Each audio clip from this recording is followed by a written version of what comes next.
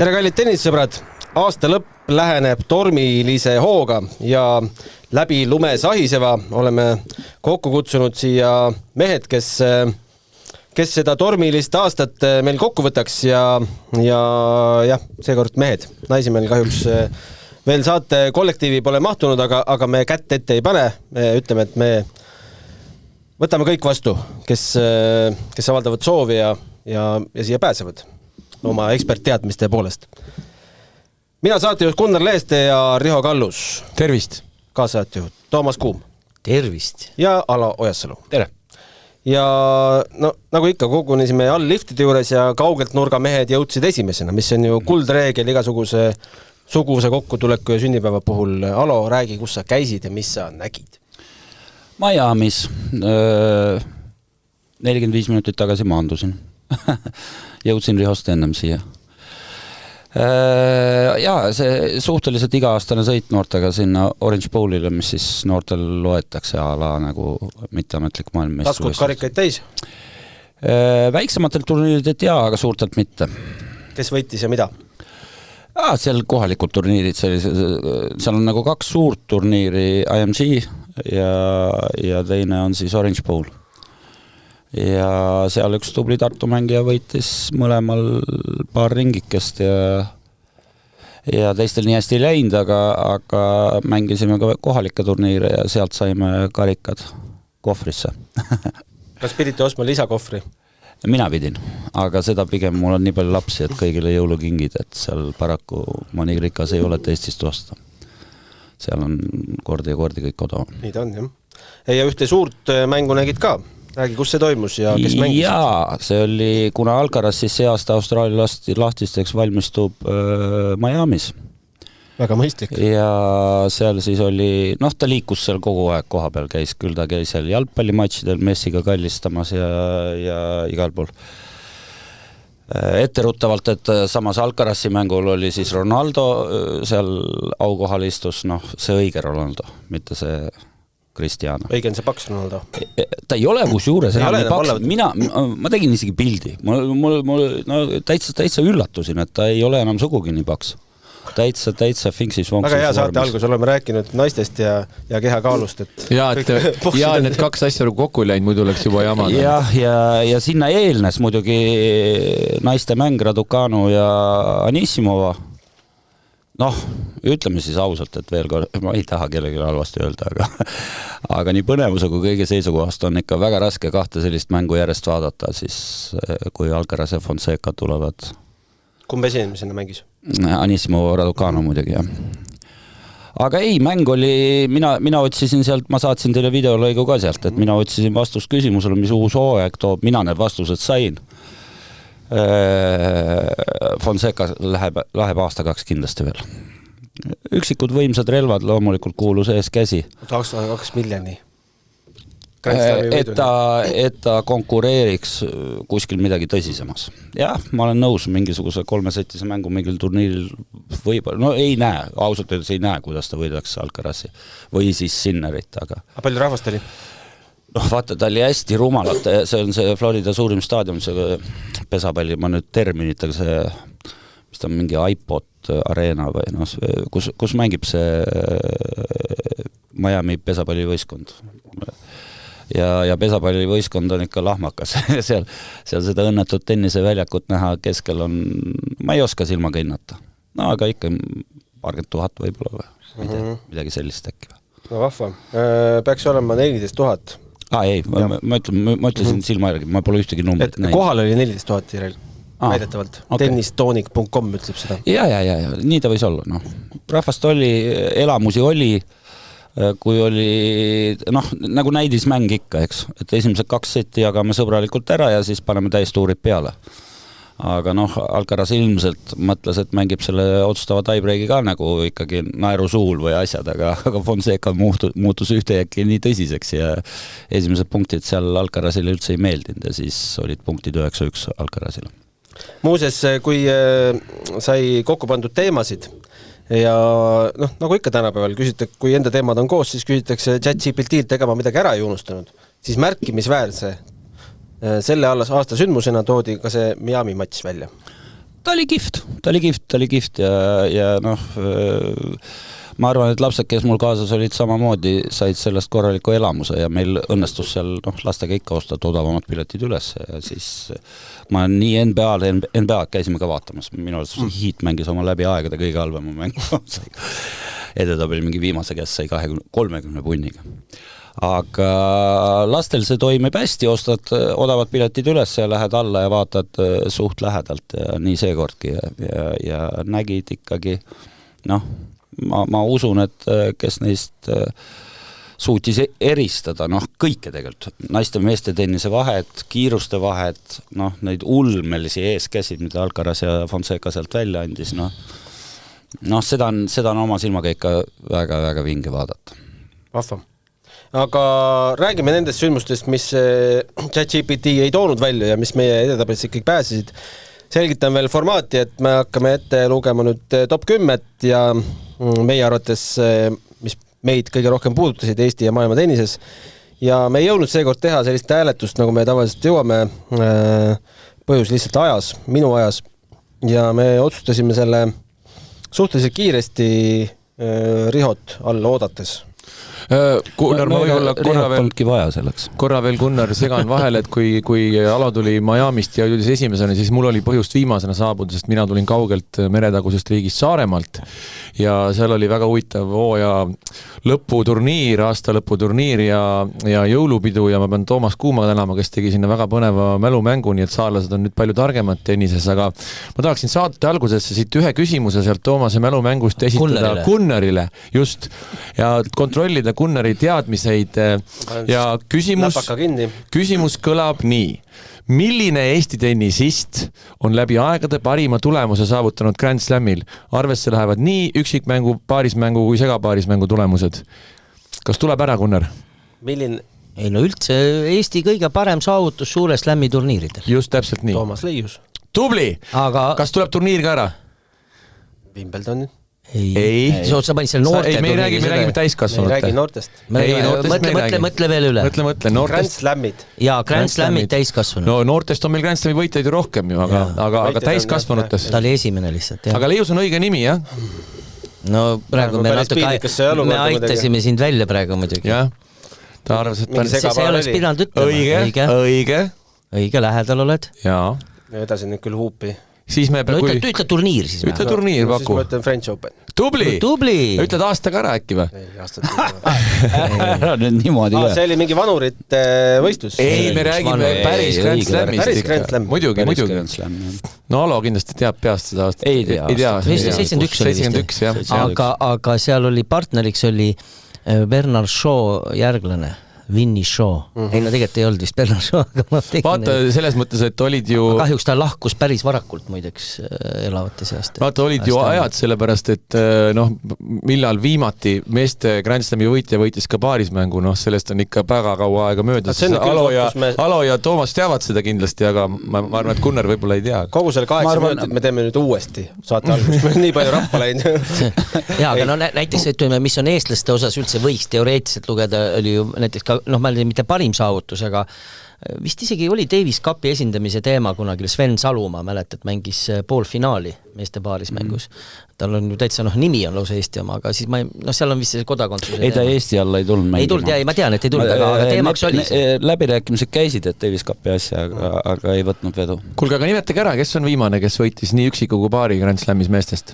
Mina pakuks sinna McEnroe kanti, aga... Mis sa pakud? Aga võib-olla on äkki siis keegi kuskil veel. No ei ole McEnroe. Ei ole McEnroe. Ja natuke hiljem. Gunnar, sa oskad pakkuda? See võib isegi täiesti olla siuke mees, nagu mis on üllatav, et mingi Toomas Johansson. No ma võin vihje anda, et tal on päris hea poiss praegu kasvamas peale. Poiss mängib ka tennist. Kas tõesti Hewitt? Just. Ja oligi viimane Hewitt, jah. Võitis paari. Aga ma ütlesin aja, ma ütlesin õigesti peaaegu. Mängis ju, Mark Lopesega mängis Rafael Nadal poolikus ja Federer vist on väga hea sissejuhatus meie esimesele teemale. Jah. Milleks on siis Toomas Leiuse, kuidas me ütleme, lahkumine, ärasaatmine, mis ju kujunes tegelikult päris viisakaks, ka meie enda saates. Tegime, mis kuupäev see oli täpsemalt, see oli... Soovitame üles otsida 18. veebruari tundub nagu oleks eile. Erisaate, lugusid Toomas Leiusest, krutskid tenniseväljakutel, ühiskondlik staatus ja pärand. Ja, et seda saavad inimesed järel kuulata, eks nii, kui soovivad. Jah, legend. Eluajal legend. Ja, kuni lõpuni tuli puhast kulda ja mul üks mis Tommi kohta, minu elu kõige eredam asi oli see, et kui Tom üritas vanas eas seda comebacki, siis mina olin selline 80 aastate alguses, jah? Jah, mina olin selline noor andekas spordimees ja siis me läksime Peterburgi ühele täiskasvanud-turniirile ja mind panti Tommiga ühte tuppa elama. Ja päris ausalt, kas tervet nädalat oli, me mõlemad kaotasime seal kuskil teises-kolmandas ringis. Aga päris mitmeid päevi algas meil õhtul, muidugi unerežiimist ei saanud rääkida, seks, et õhtul me hakkasime kella 10 voodis rääkima ja mul oli muidugi miljon küsimust ja nagu te teate, et Toomas võis lõpmatuseni rääkida. Ja siis see nädal Peterburis oli minu jaoks, kuidas öelda, silma avardav või kuidas silmaringi avardav. Väga ja tänase päevani möödas 40 aastat ja mäletan seda nädalat. Võtta, sa kasutasid sõna legend, mis ongi vaieldamatult õige, aga temale endale mitmel üritusel oli niimoodi, kus me andsime teda nagu sai ka nagu mingi võib-olla sellise tähelepanu ja siis, kui sai öeldud, ütleme mikrofoni, et tulge palun siia, tennise legend, siis teeme et legendid on need, keda enam pole. Ütleme, mõte oli selles, et talle tegelikult see sõna legend endale, kusjuures ta on legend. Nüüd me võime öelda, et ta legend on järelikult. Aga huvitaval kombel, jah, talle nagu see sel hetkel ei meeldinud. Jah, ei meeldinud. Minu arvates on selline lause, et legend oma elu ajal. Aga tal kuidagi, ma on lihtsalt niimoodi, et Roger veel ei ole? Et tegelikult, kui Leius oli omal ajal saanud. Ja, et selles mõttes, et kui ta oli väljakul omal ajal, siis ta oli teada tema sellist, väga atraktiivnesed olid need mängud, kus ta mängis, siis tegelikult vanemas eas ta pigem oli selline, just selles osas pigem hästi tagasihoidlik. Et liigselt oli ja meil oli Eestikatel üks, Toomasega jälle selle kompeki ajal oli üks mäng, kus ta tuli suurte lubadustega Eestikat võita, seal 40 pluss vanus. Hästi mäletan, esimeses ringis ta võitis veel Rein Karolini, kes oli korralik mängija. Ja mina kohtusin taga siis 16 hulgas ja kuna ma olin suhteliselt väga heas vormis, võitsin 6-2-6-1. Ja peale seda, see näitab suure mängija seda, peale seda tuli ja pikalt rääkis mulle, kuidas ta tegi endast kõik parema ja et kust ma sellise hullu tennise võtsin. Kuigi ta mängu ajal üritas kõike, käskis mul käterätikuid ära panna ja Kadriorus esimesel väljakul ma panin külje peale käterätiku, et ma ei saa mängida, kui su käterätiks. See on täpselt, see on nagu võsand ju kasutas samu võtteid ja oma vahel. Eks võsand kindlasti ka läbi nepi. Ka võsand on meie saates käinud, soovitan üles otsida. Ei see täpselt see Rätiku lugu, ma mäletan, ma võin selle episoodi rääkida, et oleks meil nagu mahlakam ka. Et see oli rahvaste Spartakiaat 86. Volkov oli tema klient mingis mõttes, nii naljaks, kui see ei ole. Siis üks episood, seal oli veel episood ja nendest kõigist ei räägi, aga oli ka nimelt, ta pani selle omal ajal, sinna võre peale taustal, siis ei olnud neid nagu reklaame, pani Rätiku, riputas. Ja siis ta pöördus Puki kohtunikuga, ütles, et see Rätik segab minu vaate välja, et see on Ele Rätik, et ma ei saa niimoodi mängida, et võtku ära ja muidugi Volkovil paluti see ära võtta, jälle niisugune, see oli üks episood selles mängus, selle me võime kunagi hiljem peatuda, seal oli, ühes mängus oli 4 episoodi ja see oli üks nendest. Aga mis veel Leiuse ka lahkumise ja matuste järel ju ka tõstatus oli ikkagi tema need mustemad osad sellest elust, et see, et neid esile tõstetakse ja võib-olla kaalukausile pannakse mingis mõttes on ka minu arust loomulik. Ta on loomulik, aga ta ei kustuta seda kõike, mis Toomas oli ja kindlasti sellise suurema Eesti tennise teeraja. See muutis ikka kõvasti. Ja läbi aegade, mina väiksest poisist, ma polnud kunagi näinud, aga teadsin, et kuigi Toomas oli vangis ja asjad ja nii edasi, me teadsime, et on selline supermees kuskil ja siis väga, väga kihvt oli peale seda temaga kohtuda, väljakut jagada, hotellituba, küsida, uurida. Sa ju tead, et vangla territooriumil tekkis tenniseväljak? Jah, väga tugevalt viis spordi sinna sisse, väga aktiivselt. Aga nüüd me vahetame vist teemata. Ja lähme 9. teema juurde, mis meie edetabelis saavutas 9. koha. Ja selleks on mul vaja ühte hääldust kuulata siin Google'ist korra. Ei, see on eesti keeles, vabandust. Louis Poisson, selle tütarlapse nimi. Bosson. Louis Poisson. Ja räägime French Openist, kus nimetatud 22-aastane võib ikkagi öelda noor neiu pääses esimese wildcardina sellel turniiril poolfinaali. Siin on nüüd täitsa vaikus kohe. Neid asju on kuidagi hakanud juhtuma. Huvitav näide praegust Orange Bowli 18, eks vaatasin seal. Poiste tabelis oli 4 15-aastast USA poissi wildcardi. Ja kõik jõudsid teise ringi, 3 neist vist 16 hulka 1 poolfinaali. Ehk siis see näitab tegelikult tennise võrdsustumist. Ütleme ausalt, võtame seal, meil pärast tuleb teemaks Vacheron näide ja nii edasi. Välja arvatud siis võib-olla meestel päris tipp. Ei, ütleme, et 2 meest on teine. Aga ülejäänud on... Me räägime tennisest, mitte sellest ulmest. Aga kuidagi on see, see alates maailma 3. kõik läinud pudruks, nii meestel kui naistel. Mina iseenesest üldse sellised juhtumid või ütleme spordis, et kui keegi tuleb nii-öelda musthoburne või just need kas wildcardiga, mida iganes, mulle väga meeldivad sellised juhtumid ja nüüd korra läheme teise ala juurde, näiteks siin juhtus 2 päeva tagasi snuukris, selle võitja Alfie Borden oli samal ajal basseinis, ta oli varu snuukeri mängija ja 49 aastat sai vanaks, juba seenioride maailmameister ja profikarjäär, ütleme, ei ole väga edukas olnud, aga väga hea snuukrimängija ja ta ujus basseinis ja siis ütles, et kuule, tule ikkagi shootouti mängima. No see on nagu rankingu turniir, et selle võitmisel sa saad ka terve aasta olla profituuril.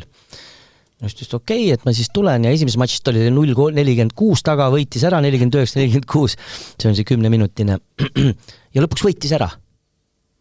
Et Nojah, spordis selliseid asju juhtub ja minu arvates annab see alati signaali, et kõik on võimalik. Võtame selle taanlaste, kui nad jugoslaavlaste asemel said EM-ile, eks. Kõik olid rannas, puhkasid ja siis jäsku käis nii ja 2 nädala pärast mängi, eks. Ja tulid Euroopa meistriks, on ju. Samas see kõlab nagu teistpidi jällegi vaadates seda selle aasta tuuri. Meeste tennise kontekstis tahaks öelda, et kõik on võimatu. Et põhimõtteliselt on nii ühekülgne aasta, täielik Sinneri Alcarasi aasta. Ma alustasin oma juttu, et me räägime tennisest, mitte sellest ulmest, mida ma praegu ka Miami's nägin. Siin tuleb joon vahele tõmmata. See on ulme. Siin on nagu just vastupidi läinud see kuidagi, et... Aga ei saa öelda, et ta ülejäänud aasta kuidagi kahvat oleks olnud, kui sa pärast French Openis poolfinaali jõudmist mõne nädalad hiljem võidad Hamburgi VTA 250 turniiri. Kindlasti enesekindluse tõus. Aga näide, et mis võib juhtuda, kui sa ühe sellise üllatuse sepistad, ta on nüüd maailma edetabelis meil 36. kohal. Aga tol hetkel oli 200 pluss. Jälle paralleel Vacheroga, täpselt sama. Jah. Ei, vabandust, mitte 200 pluss, vaid 361. Ja 4. sajas oli. Ja mis French Openist veel nii palju, et võitis selle ju Arina Sabalenka. Ei võitnud. Vabandust, Kauf. Arina Sabalenka arvas, et tema oleks pidanud võitma. Ta oli selles päris... ta oli peale mängu isegi selles kindel, et tema oleks pidanud võitma. Kuidas täpne tsitaat oli, et... Selles häda oligi. Et ta mängis ühe kõige kohutavama tennisemängu oma karjääris ja ühtegi sõna sellest suhtes, et vastane oleks hästi mänginud. No jah, see on see koht, kus oleks pidanud suu kinni hoidma, see oli väga piinlik, et ta ise endale kaevas seal. Minu jaoks kõige Sabalenka juures kõige et ta ei õpi. Ta veel ütles, et Iga Sviatek oleks kindlasti Kaufi võitnud. No jah, see oli veel eriti totter. Kõige lollim Sabalenka juures on see, et ta ei õpi. Ta teeb neid porisid jälle ja jälle ja jälle. Ütleme, et meenutame seda vanamest. Et Djokovicil oli ka algus kõiksugu igasuguseid... Meenutame lausa või? Jah. See on midagi uut juba. See on midagi uut, alo. No ma proovin kuskil vürtsi lisada. Aga kas ta on nüüd legend, kui me teda meenutame? Õnneks, ega ma talle nii valba ka ei soovi, et ta legendiks kiiresti saaks, aga ütleme, et Djokovic oli ka nooruses, miks ta selle imago mul maha nottiski, et nii palju halbu asjaga ja ju siis oli mingi PIA tegelased või kes õpetasid Djokovici ilmselt rääkima, käituma, aga Sabalenka ei õpi. Aga tal ei ole ka neid ilmselt. Lukašenko oleks PIA. Jah. Jah, viimane nädal, mis ma USA-s suurt uudist, mitte uudist, aga Sabalenka kõuti, ma olen valgevenane, jään valgevenane, olen kõige uhkem inimene valgevenane. Ma arvan, ta siiamaani, kui ta seal on, siis, no nüüd enam jah, Lukašenko enam vist ei jõua liikuda platsil, aga üldiselt ju Valgevenes on niimoodi olnud alati, et tippmängijad ja eriti just naismängijad kõik on nii-öelda pidanud temaga kõik mängisid Kovartsova isegi mängis ja Kovartsovad ja kõik mängisid jah. Nii et üks parimaid sparre Valgevenes siiski Lukašenko on jah, kui sa võtad Mirni maailmaisjärjekad paariseks Voltškovil veerandfinaal Wimbledonis, kõik puhas Lukašenko. Kas Voltškov ei olnud isegi poolfinaal? Kuule, teine kõva mees oli see Põhja-Korea juht, kes mängis golfis 18 rada, 18 hole in one. Tõesti sündinud lugu? Täiesti tõesti sündinud lugu, jah. No ja seal oli ime, et üle Vaikse ookeani suudab ujuda ja aga rääkides veel natuke tennise nii-öelda pahupoolest veidratest juhtumistest, siis 8. koht oleme pannud sellise alapealkirja nagu Shanghai kuumus murdis mängijaid ja ATP finaalturniiril suri 2 pealtvaatajat. Vanuses 70 ja 80, mõlemad südamerabandus. Ma imestasin suhteliselt kõikidel areenidel, ka suurtel areenidel, nüüd seal ka Alcarazi mängul on ju, kui ta on vabas õhus ju tegelikult see, et on sellised, kus ei ole isegi, ütleme, katust peal, on tegelikult sellised suured ventilaatorid, mis peaksid jahutama, kui on ekstreem seal kuuldavasti Torinos ikka oli. Oli või? Kuum, jah. Okei. Kuum.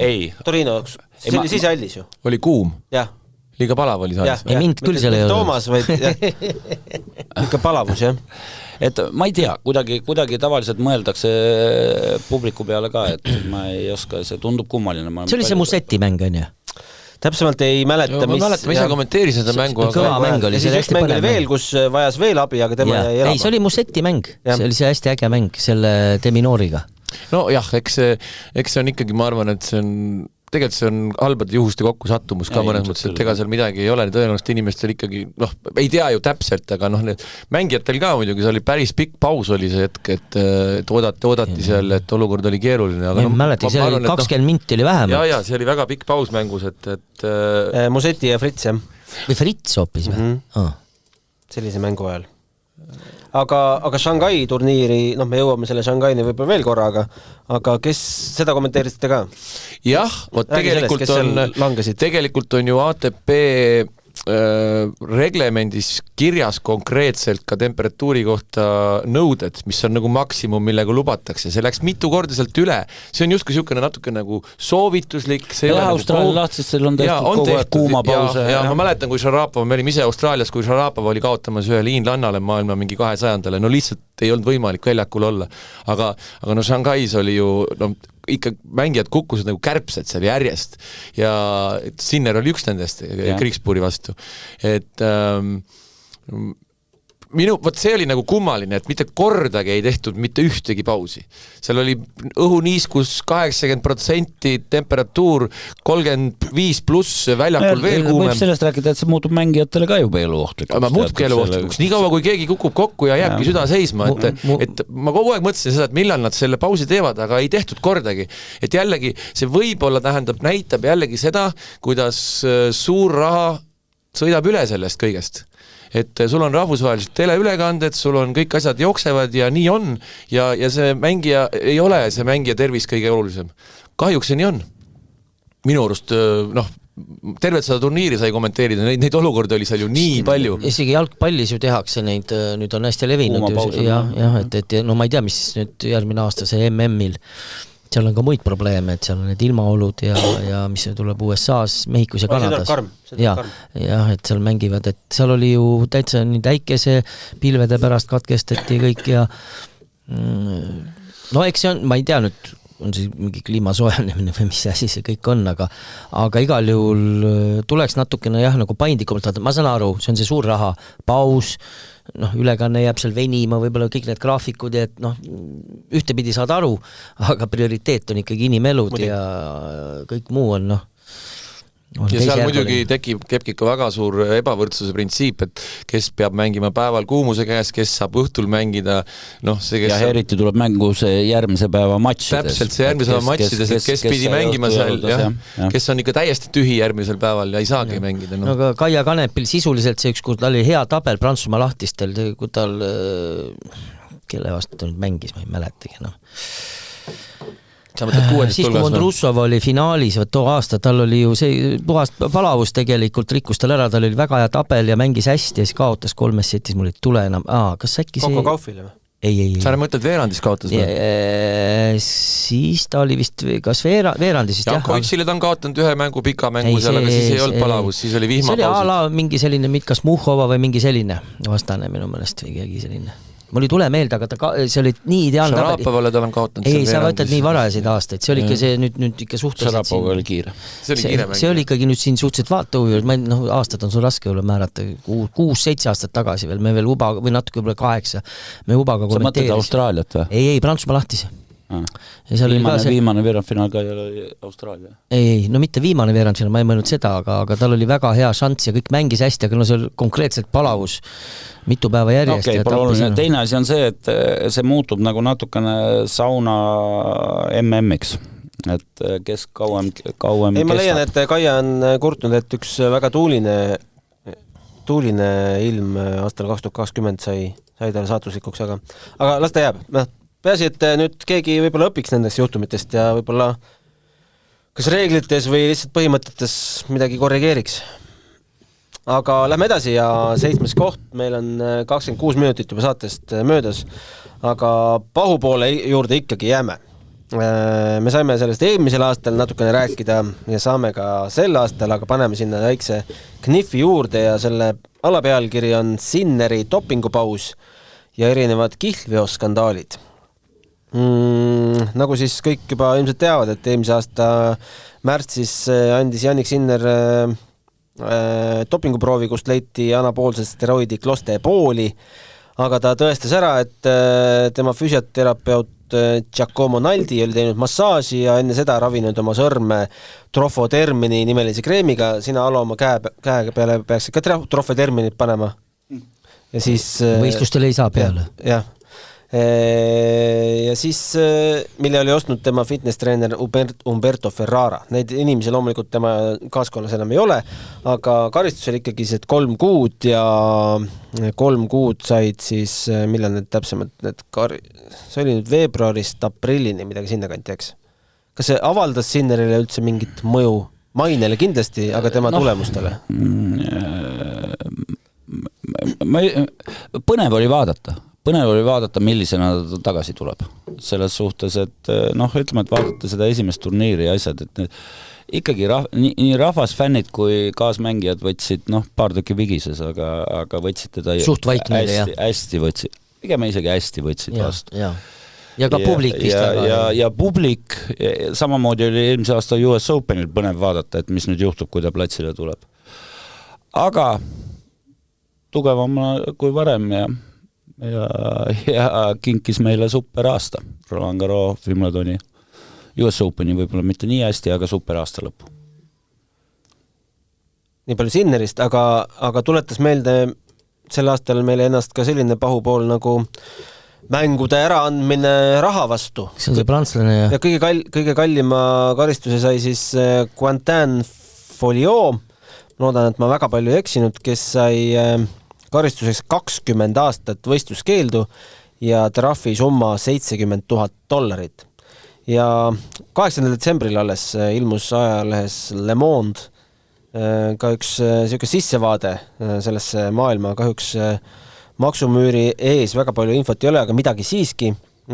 Seal oli siis jutt ka sellest, kuidas 3 prantsuse tennisemängijad said keelu, sest nad olid meelega mänge ära andnud ja millised siis summad olid. Ühele mängile näiteks alustuseks pakuti anna mäng ära 5 soti eest. euro, keeldus. Pakuti 700, keeldus. 1000, keeldus. 2000, keeldus. 5000 võttis vastu. Mis on summa, millega, Toomas, sina oled valmis ära andma pickleball'i mängu? See on nii lühike mäng, et ma ei tea. Jah, aga kui näiteks Rihoga mängin, mul ei ole vaja midagi ära anda. Näiteks. Riho annab ise või? Jah. Ei, no ma ei tea, ma ei oska öelda. Aga teeme selle mängu ära äkki siis või? Teeme kompleksvõistluse, pickleball, tennis, sulgpall, siis võiks mingisugune siukene... Ja arvad, et saad Rihost jagu arvad või? 2 alal saan ja siis 10 kilomeetri jooks metsas. Ega seepärast ma küsisingi sinult, et palju sa oled valmis vastu võtma, et Riho sind võidaks? Niipidi, okei. Jaa, 4 võistlus. Kaugushüpet ei hakka võtma. See summa on 5-kohaline või ulatub 6-kohaliseks? Seal tuleb veel, 7-kohaline, aga koefitsient peab ka olema. Väike vanuseline, seal koefitsient ka veel ikkagi. Me läbi huumori tegelikult osutame väga tõsisele teemale, et see ei ole meie seast kadunud ja ei kao. Ma ausalt öeldes nädal tagasi kuulasin USA-s seda Andy Rodiku, teate seda podcasti. Väga hea podcast. Super, jah. Ma kuulan ka seda. Ja tema päris pikalt sel teemal rääkis. Ja ta arusaadavalt ütles, et tallegi meeldib kihla vedada ja tuletas oma noorust meile, et meie tegime seal servi peale, et $1 sulle, $1 talle ja väiksed kihlveod on kõik toredad, inimeste omavahelised kihlveod lisavad vürtsi, aga ta oli nii kriitiline selle vastu, et pannakse üldse mingi geimivõidu kihlveod ja punktivõidu kihlveod ja ütles, et see annab nii suure mängumaa igasugustele asjadele. No ma kuulsin siin, et kuskil teatud maades on kohtunikel palutakse, et tribüünil istub keegi, kes annab punkti võidu ja kohtunik ostetakse ära, et ta vajutaks selle punkti klahvile natuke hiljem. Et see kõik on jama tegelikult, ütleme selles suhtes, et spordikihlveod ega nad kusagil ära ei kao, aga mänguvõidule arusaadav, isegi ütleme mängu tulemuse võidule, aga seda äraostmist vist ei saa ära lõpetada oma karda. Ma olen Aloga täpselt sama meelt, et sellised näidispoomist kindlasti aitab. Aga just päris karm karistus, ja sellepärast tulebki karmistada karistusi. Aga see ongi täpselt nii, et selles kuriteos osalevad ju tegelikult korraldajad ja ITF täpselt samamoodi, et lõpetame siis ära selle pulli. Et lõppkokkuvõttes seal on suured rahad mängus ja kui kuskil keegi võidab, siis läheb nupp punaseks ja nii kaua kui võidab korraldaja on kõik hästi, nii et tegelikult on see üks mõnes mõttes niikuinii kuritegelik maailm ja me teame ju seal Grand Slami meeste üksikmängus käivad ikkagi miljard on seal käive, mida liigutatakse kihlvedudes, et see ongi absurd ja aga lõpetame ära selle siis. Aga tahetakse ju teenida ja siis kui tahetakse teenida, siis on ka... Ja väga paljudel turniiridel nüüd ATP-l ja asjadel on need kihlveo need sponsorid. No täpselt. Nii ta on. Liigume edasi ja tuleme rõõmsate teemade juurde. Minu arust, 6. koht on meil vahemärkusena. 6. koht. Minu arust pakkus päris palju elevust ikkagi Eesti meistrivõistlused sel aastal just selle poolest, et sinna jõudis ju poolfinaali, kes ütleb mulle vanuse? 13-aastane Jelisaveta Anikina võites siis alustuseks Johanna Bransi 6-1-6-0, seejärel Grete Kulli 3 setis, seejärel Noora Olivia Adamsoni 6-0, 6-3 ja lõpuks kaotas Laura Rahnelile 4-6 vist otsustab, jah? Seal oli 2-6-4 vabandust, 3-6, 6-2, 5-7, jah. 5-7, et see mäng oli üsna põnev, lahe vaadata, tribüünid olid täis, nii palju, kui nad saavad Kalevi tenniseklubis täis olla ja nii palju, kui ma sellest otsustavast setist mäletan, siis närvid vist olid ikka need ja emotsionaalsus, mis lõpuks määravaks sai, aga sündmus omaette oli äge. Oligi põnev. Kõik tõid paralleele nii Kaia kui Anetiga. Oli põnev vaadata, et Liisa on nüüd selle aasta selline, ütleme, natukene nagu nähtus, ütleme nii edasi. Kõik huvid, ikka tahad või taha, 5 ITF-i turniiri mängin, 4 võitnud. Paganama kõva. 300 hulgas ja aasta vahetudes 2 nädala pärast on juba 200 hulgas. Ehk siis hakkab suuremaid turniire mängima ja hästi kiiresti on see kõik juhtunud. of course, ütleme, mina pigem ootasin isegi Anikina Malõgina mängu. Aga nüüd me sügisel saime selle ja Malõgina ikkagi pani paika, kes on kes. Et jaa, põnevaks tegi Eestikat see ja mulle meeldis kõige rohkem, et Liisa istus õhtuti seal, vaatas meiega tennist ja vaidles ja tahtis kihla vedada kõigiga ja selline iseloom on selline superkiht. Tahtis kihla vedada? Ja, seal olid mingisugused Wimbledoni mängud ja... Ja, Ubaga olid mingisugused kihlveod, ma päris täpselt ei mäleta, aga need olid Uba jäi plussi siis või? Ma ei tea, kas päris kihlveoks läks, aga nad vaidlesid ja tahtsid kogu aeg vahele panna ja seal käis ka ikka sadades eurodes. Kusjuures see on huvitav, et sa seda mainid, ma olen vaadanud, et see muster on korduv, et kõik need mängijad, kes on head mängijad olnud, on noorteklassis huvi tundnud. Palju noori neid, kes tahavad trenni teha, aga ei tunne huvi, mis toimub, vaataks mänge. Ma mäletan, samasugune oli Kenneth Raismaa näiteks. Liisa istus meiega, sealt vaatas suurelt ekraanilt tennist ja arutles selle. Ja osales mälumängus. Ja arutles, vaatas mängu, ahah, see lööb niimoodi vollet, mina lööks nii, aga see lööb natuke kehvemini. Siuksed arutelud, et noorel on huvi, sa näed, et tal on päris huvi. Sa ei saa teistmoodi heaks, kui sa absoluutselt 100% sinna ei sukeldu. Federeri kodus on igas toas telekas, kus on iga eriturniir 724 käimas. Ja väidetavalt ta pidi isegi naiste Futures 25 taseme turniire vaatama. Federer või? Millal nad Nadaliga paari mängima hakkavad, ma ootan seda aega. Sa mõtled päris regulartuuril või? Et nad mängivad natuke, kui nad lõpetavad, aga nad ei ole hakanud. No nüüd Austraalias Federer mängib avapäeval. No mõtlen, päriselt võiks mängida mõne paarismängu turniiri, oleks kift. Ja lähme siit sujuvalt 5. punktile, jääme Eesti naiste tennise juurde ja 5. kohale hääletas meie kolleegium sündmuse nimega Malõgin on jätkuvalt Eesti parim naistennisist, aga mida arvate tema isiklikust arengust? Millele ma viitan? On olnud aastaid, nagu näiteks 2023, kus ta lõpetas aasta 352. kohal. Eelmine aasta 446 aasta lõpuks. Täna 428.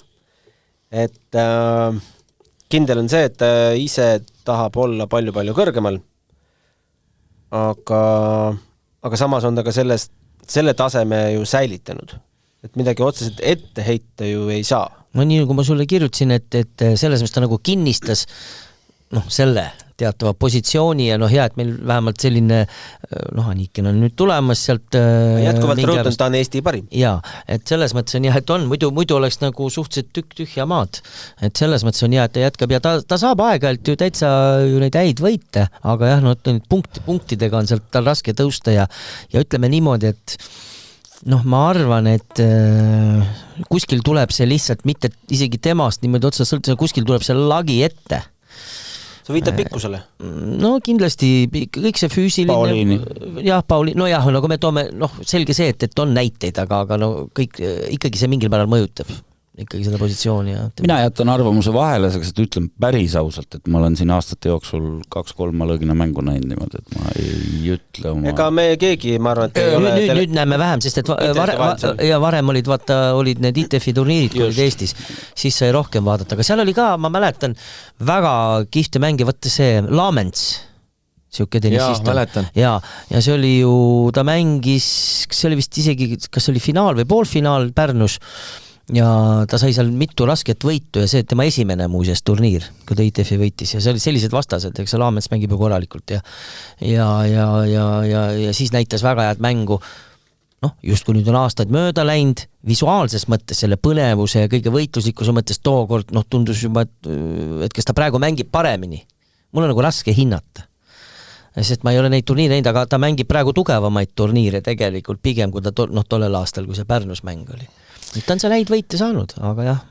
Mina just, ma arvan, üks mõned nädal tagasi Malõgina ja Nuudiga rääkisin Fooruse kohvikus ja just arutasime ja ta on väga intelligentne, tark tüdruk, tal on täna ju ka juba teised prioriteedid, ta õpib ülikoolis psühholoogiat, ta ka juhendab teisi mängijaid juba, et küsimus on ju ka selles, et üks asi on see lagi tuleb ette, teine asi on, millised sul on võimalused, et tal on täna Tallink on tal jätkuvalt sponsor, aga no lihtsalt, et selleks, et nüüd oma selja taha tiim tekitada, olla tuuril kogu aeg, noh, ta ei saa ka, ta ei ka võib-olla selles mõttes, noh, paha öelda, aga ta ei panusta ka enam 110% tennisesse, et tal ei ole seda võimalust, nii et noh, see on nagu reaalsus, et vanus on ja tahab ka muude asjadega juba vaikselt tegeleda, nii et ma arvan, ta on nagu täna küpsem ja targem mängija, aga noh. See siis õpib psühholoogiat, jah? Õpib magistrist psühholoogiat, jah. Varem õppis ta veel ajakirjandust. Ja, aga nüüd ta on vist magistratuuris, nii et ta on hästi tark ja intelligentne inimene, et selles mõttes väga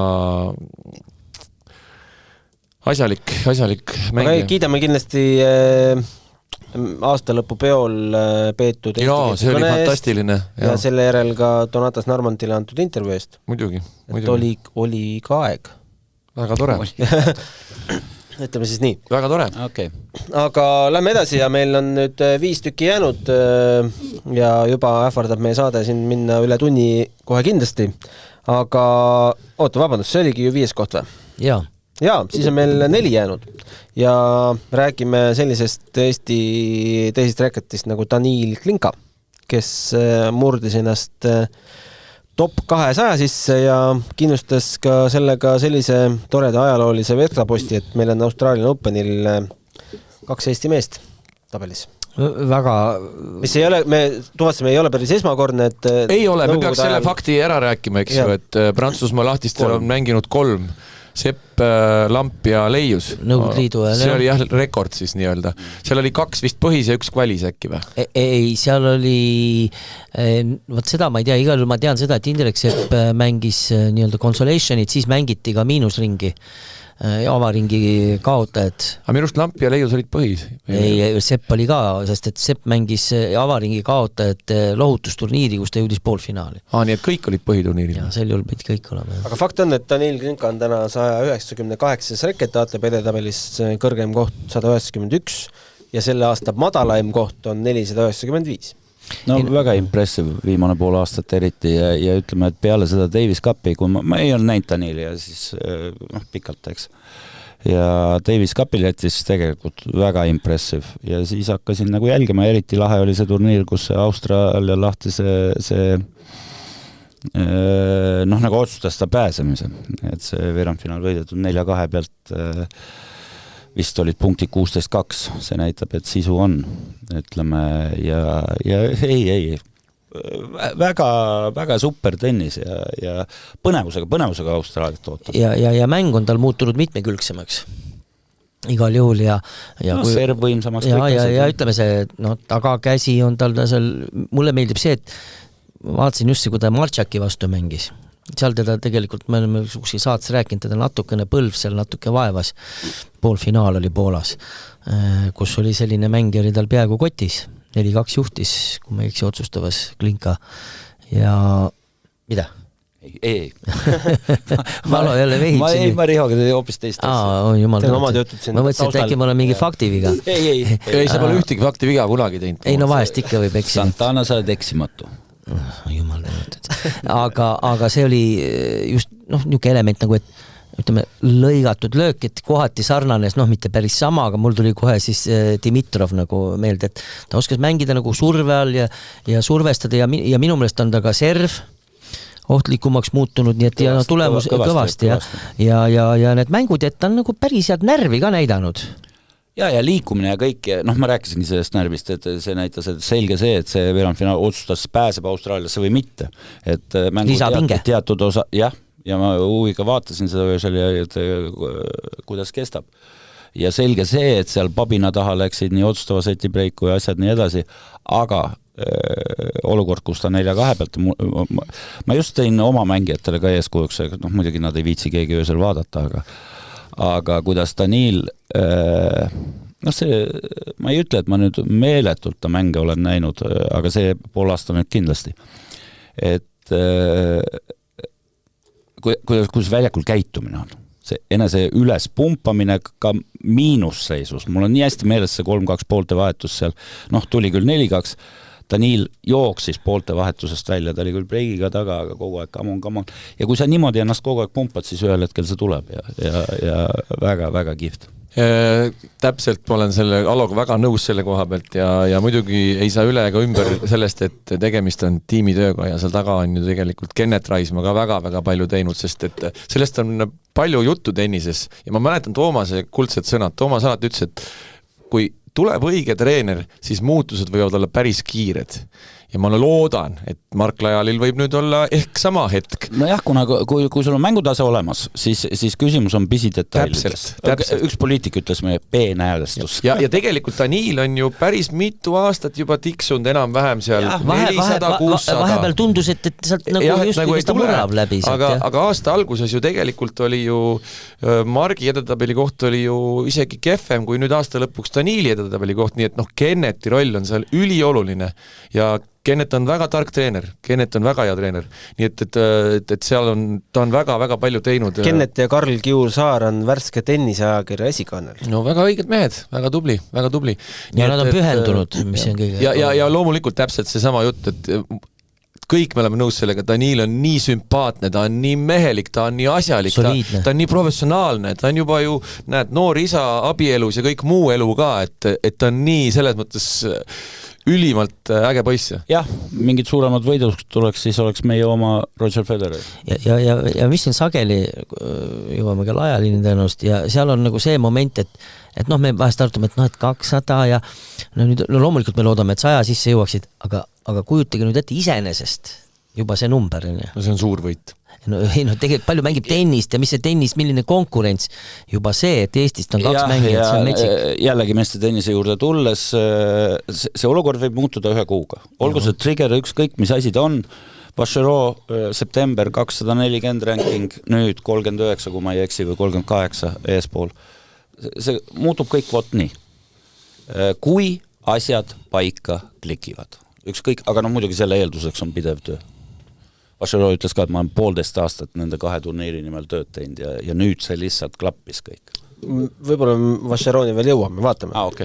Aga jätkame number 3 meie edetabelis ja selleks on siis Lajali teine ATP Challengeri turniirivõit, see oli nüüd Bloomfield Hillsis juulikuus ja USAs, ka tema esimene turniirivõit ju pärines USA-st ja see oli ju Little Rockis aastal 2003 ja Mark Lajal lõpetas meil aasta 148. positsioonil, olles käinud ära ka 145. kohal, mis on tema karjääri kõrgem koht. See finaal oli, ma ei mäleta, kas ta võitis 10. matšpalli või vastasel oli ka mingi metsikult, temal oli ka hästi palju matšpalli.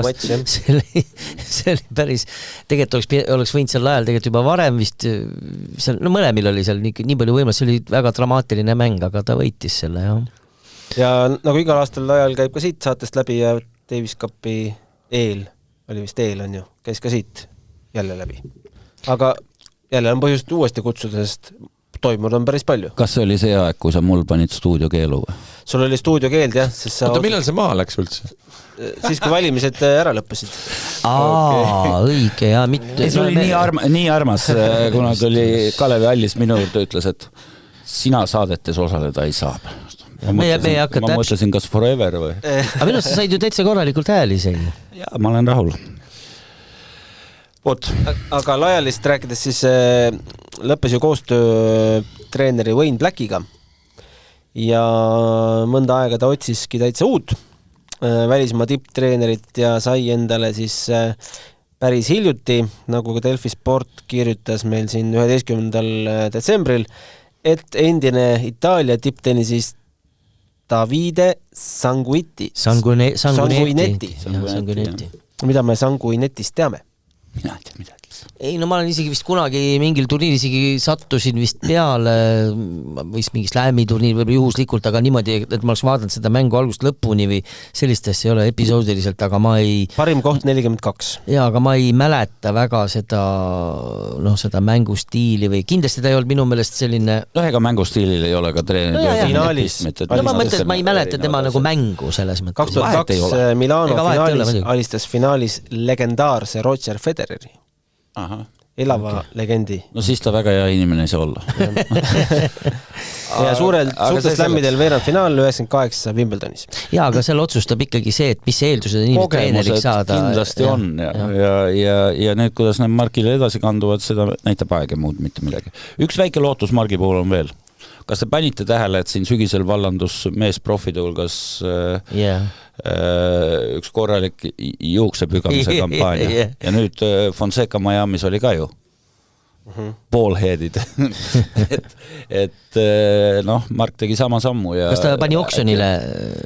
Ei, ma ei tea, ma ei ole kursis, aga äkki see ka väike tõuke, fresh start. No üks oluline fakt kindlasti on just see, et kui me räägime, et mis see nüüd Margile võiks tähendada, siis ja küll mis Sanguinetti mänginud on, aga keda ta treeninud on, Dinara Saafina, jah, palju olulisem on see, et need nimed, eks ju, Dinara Saafina, Brandon Nakashima, Elina Rõbakina on kõik väga suured nimed, järelikult ta on ennast treenerina tõestanud, et ma nüüd loodan, et see ikkagi tuleb, nüüd kandub ka Margi. No ma ütlesin, et kõige olulisem on see, kuidas klikib. Just. Väga kõvad treenerid ei aga no taust on olemas, taust on olemas. Kogemused on, ma ütlesin, nii mängija kui treener. Selles mõttes on see hea kombo, et nii mängija kui treeneri, ütleme, see kogemus on korralik, et see kombo on hea. Aga noh, see sobivus on nii tähtis ja kui me räägime praegust nii Margist kui Danilist ja räägime Klinkast ja Raismast ja Saarest, ilma igasuguste kogemusteta. Aga mõlemad on väga hästi sobinud, väga hästi mõjunud mängijatele, et sul võib ükskõik kui kogenud treener olla, aga kui ei kliki, siis pole midagi teha. Ja vastupidi, Tursunovi näida näitega on ju, käib laks ära ja...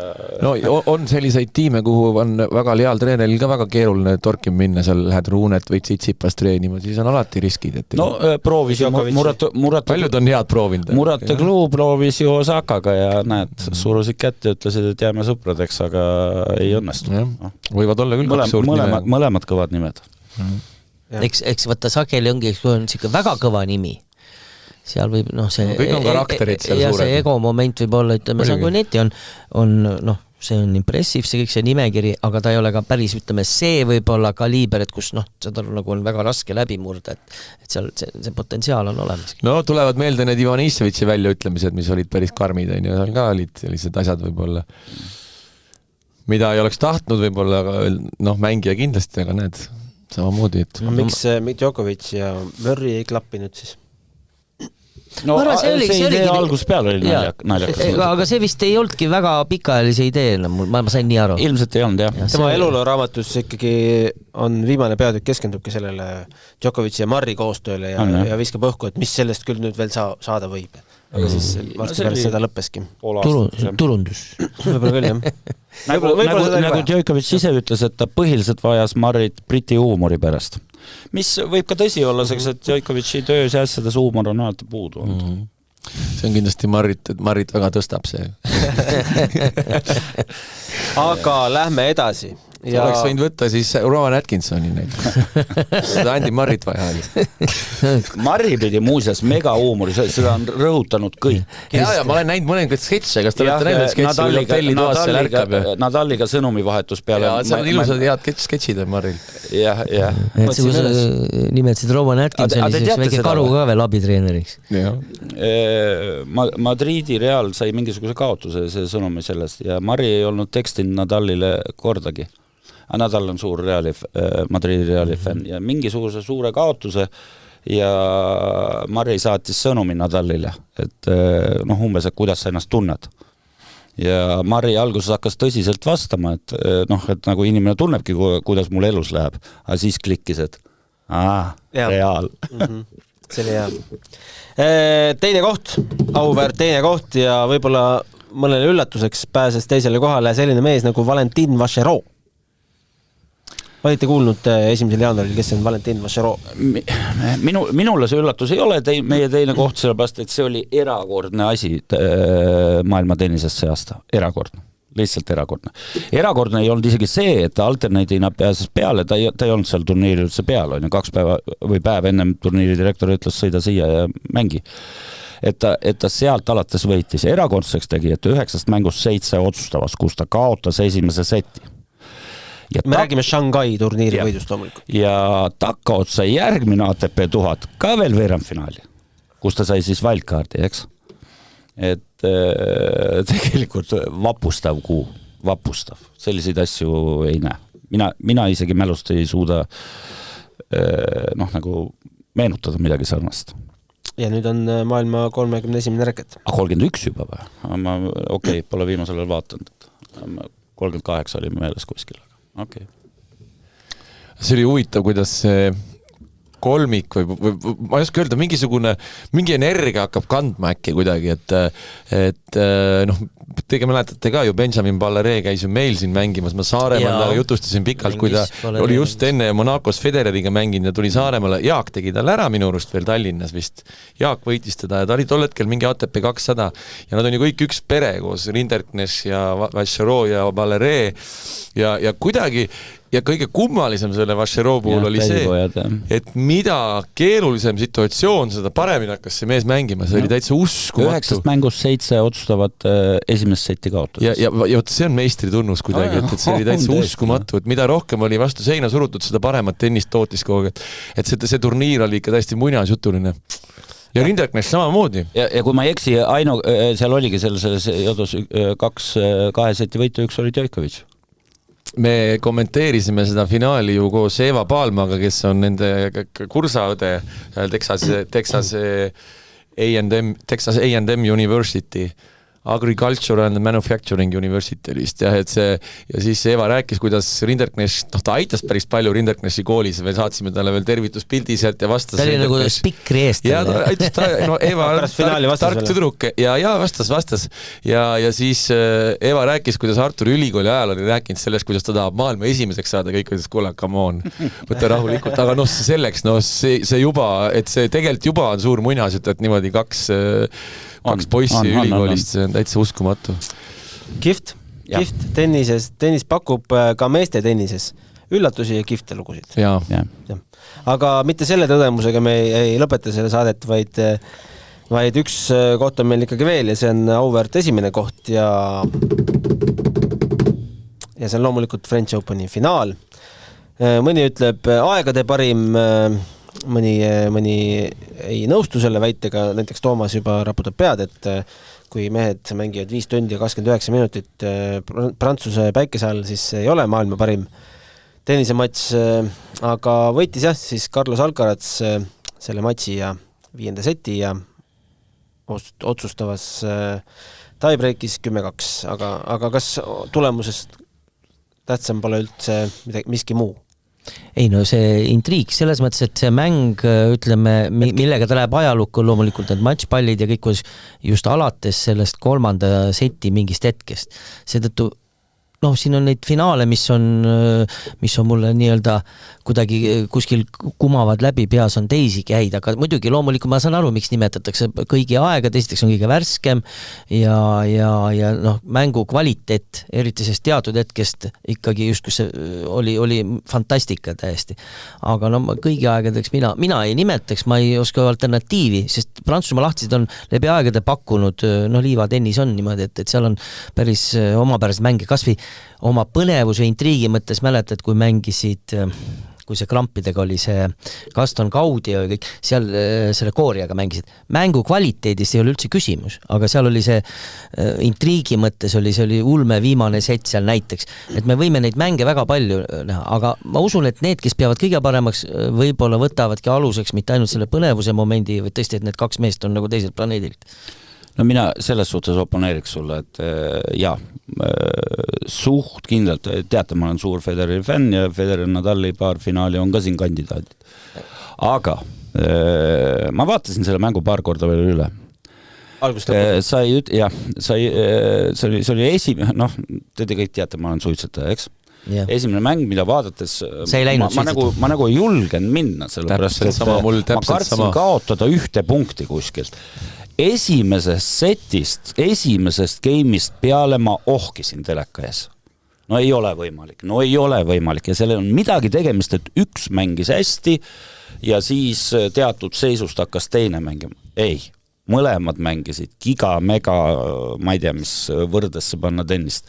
Mina oma elus ei ole sellist andmist näinud. Mängiti mitte seal punases, vaid mängiti, mis see järgmine värv on, kui kuum läheb, ütleme seal. Infrapunane ka ei ole või ma ei tea. Seal mängiti ja niimoodi lõpuni välja. Ja eriti impressiv oli see, et tundus, et nüüd flow on kõik Alcarasi pool juba ja Sinner suutis veel tagasi tulla. See 5. setis, jah. Jah, seal täpselt seisud ma isegi enam ei mäleta, aga pole oluline. Oli, aga mis oluline oli, et 5,5 tundi ultima kvaliteetset tennist. Lihtsalt Jumal andis mõne punkti Alcarasile, mõne punkti Sinnerile ja seekord otsustas nii. No üks Sinneri tõrje sinna, eks paar senti auti, oleks see sees olnud, oleks mäng läbi olnud ja 3 setis. No seal oli just 2 flow'd sisuliselt, siis see sama 3. seti, kus tundus, et juba Sinner võib-olla võtab ära ja siis see sama 5. No võt, see tegigi selle mängu huvitavaks, et tegelikult alati öeldakse, et tennis tekib momentum ja üks võidab ja siis üks läheb masendusse ja teine nii edasi. No kurat, ei olnud seda. Ei olnud. Ja seal oli väga väiksed marginaalid. Käis rusikas püsti. Ja seal oli, marginaalid olid väga väiksed ja see tie breaki, millised pallivahetused olid. Selle mängu kohta võib küll öelda, et see läks puhtalt õnnemänguks. No, mina ütleks selle finaali kohta, et kindlasti läbi aegade parim finaal, mis puudutab kiirusi ja täpsusi. Sellist finaali ei ole olnud. Emotsionaalses mõttes neid finaale muidugi võib palju olla ja võrrelda erinevatel ajastutel ja neid situatsioon... Ma oskan Federil 3 nimetada, 2 Nadali, 1 Djokovic. Aga huvitav oli see, ma kuulasin nüüd üks aasta lõpu intervjuu oli Darren Gahiliga ja Darren rääkis nagu treeneri tööst ja ma mõtlen, missugune maletamine seal selja taga käib tegelikult. Me ei kujuta seda ette. Darren ütles niimoodi, mina ei kujuta ette, et on olemas tennisetreener, kes ütleb, et tema oskab treenida taktikalist, mentaalset ja tehnilist osa kõike. See on jama jutt. Mina olen puhtalt Sinneri mentaalne treener. Simon Vanotsi on puhtalt tehniline treener. Ma ei julge isegi sõna sekka öelda tehnilise koha pealt.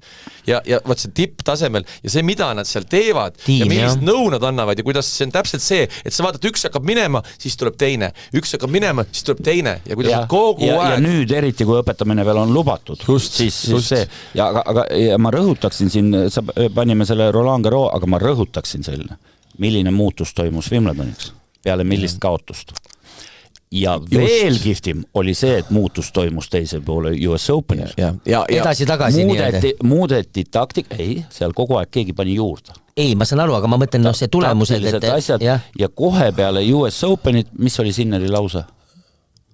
Back to basics. Jah, back to basics. Võin järele anda. Võib-olla tulevad halvad tulemused, aga ma tahan areneda. Aga mul on vaja selle kallal töötada, et jälle Alcarassi ja mida me nägime aasta lõpus jälle? Ei, sellest nüanist ma saan, ma just ütlengi, tänu sellele on niivõrd ette arvamata. Tekibki sama nagu Federer Nadaliga see, et üks pushib teist. Ja mida me oleks kõik enne Prantsusmaa lahtisid rääkinud?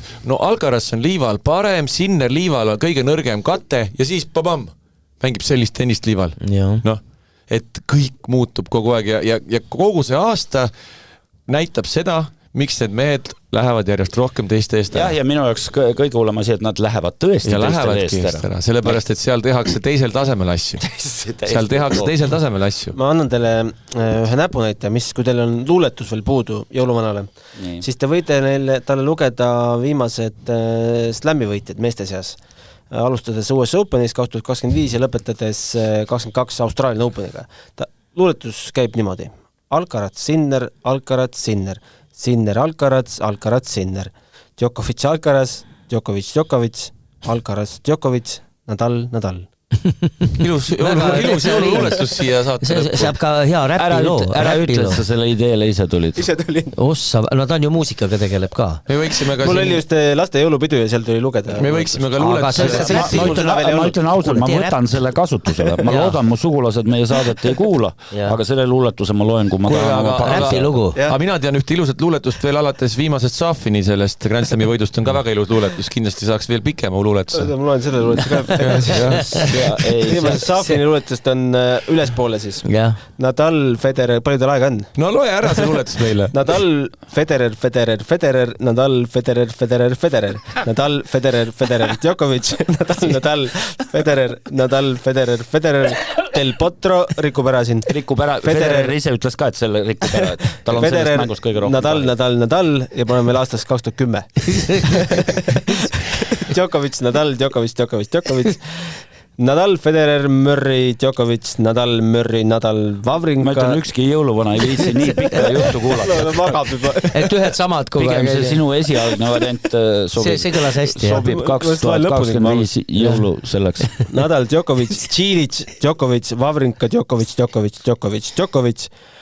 Ja siin juures ei ole kalendriaasta slämmi. Murray, Wawrinka, Federer, Nadal, Djokovic, Nadal, Djokovic, tiim, Nadal, Djokovic, Medvedev, Nadal, Djokovic, Alcaraz, Djokovic ja siis on juba see luuletus. Uus luuletus. See on ikka müstika. Ilus luuletus. Ma arvan, vähemalt aasta lõpu ennustust meeste tennis meil pole vaja teha. Ei ole. Siin isegi targutada on natuke rumal. Kuulge, muuseas võtsin meie ennustusvõistluse tulemused kokku. Me peame veel tegema istumise. See läks jagamisele kolme vahel läks jagamisele ja et küllaltki peaks ütlema, et me teame, et need 3 maksavad. Ma tean, et mina vist sain viimase koha. Igal juhul. No see oli loogiline. Ja ma tean, et hea kaaskommentaator Michelle Lehtmets vist oli ka seal niimoodi enam-vähem minuga sama pulga peal. Aga ma arvan, et äkki Gunnar, sina olid üks nendest isegi. See on kõige targem meest. Ja ma mäletan, ühesõnaga selle võtame kokku, nii et see oli põnev. Aga kuidas sa siis saate alguse vastuseid ei teadnud? Mul jäid aasta panemata. Vaata, seal on üks vahe, miks Gunnar võib võita sellise ennustuse, sellest, et tema paneb nagu robot. Ta on nagu Djokovic oli väljakul enamus oma karjäärist, eks on olnud, siis ta nagu robot paneb, eks on ju. Aga meie nagu improviseerime ka, ma tean, et Alo tihti improviseerib natuke juurde. Sa arvad, et Menšik oli minu graafikus, ta oli aprillis oli juba mingi 18. Ei, ma saan aru, aga sa julged seda pakkuda, aga Gunnar ei julge pakkuda. Ma tunnen tennist, sellepärast ma pakun. Ja, aga nüüd tuleb välja, et ennustusvõistluses vahest on teadmatus. Oota, aga hea küsimus. Lõpetame selle aasta tehisintellekti kasutamisega. Loomulikult küsib, millega saan aidata? Kes võidavad? Kas sul on ikka see tasuline AI? Ma arvan, tehisintelligent loeb sulle sama luuletuse praegu. Meeste suure slämmi tenniseturniirid. Või tuleb vastuseks rumal küsimus? Mängus. Ja ta ütleb mulle kohe, et see vastus on loomulikult, ta mõtleb päris kaua muuseas, aga ennustust täpselt ei oska öelda, kes võidavad, aga peamised favoriidid võib mulle lugeda.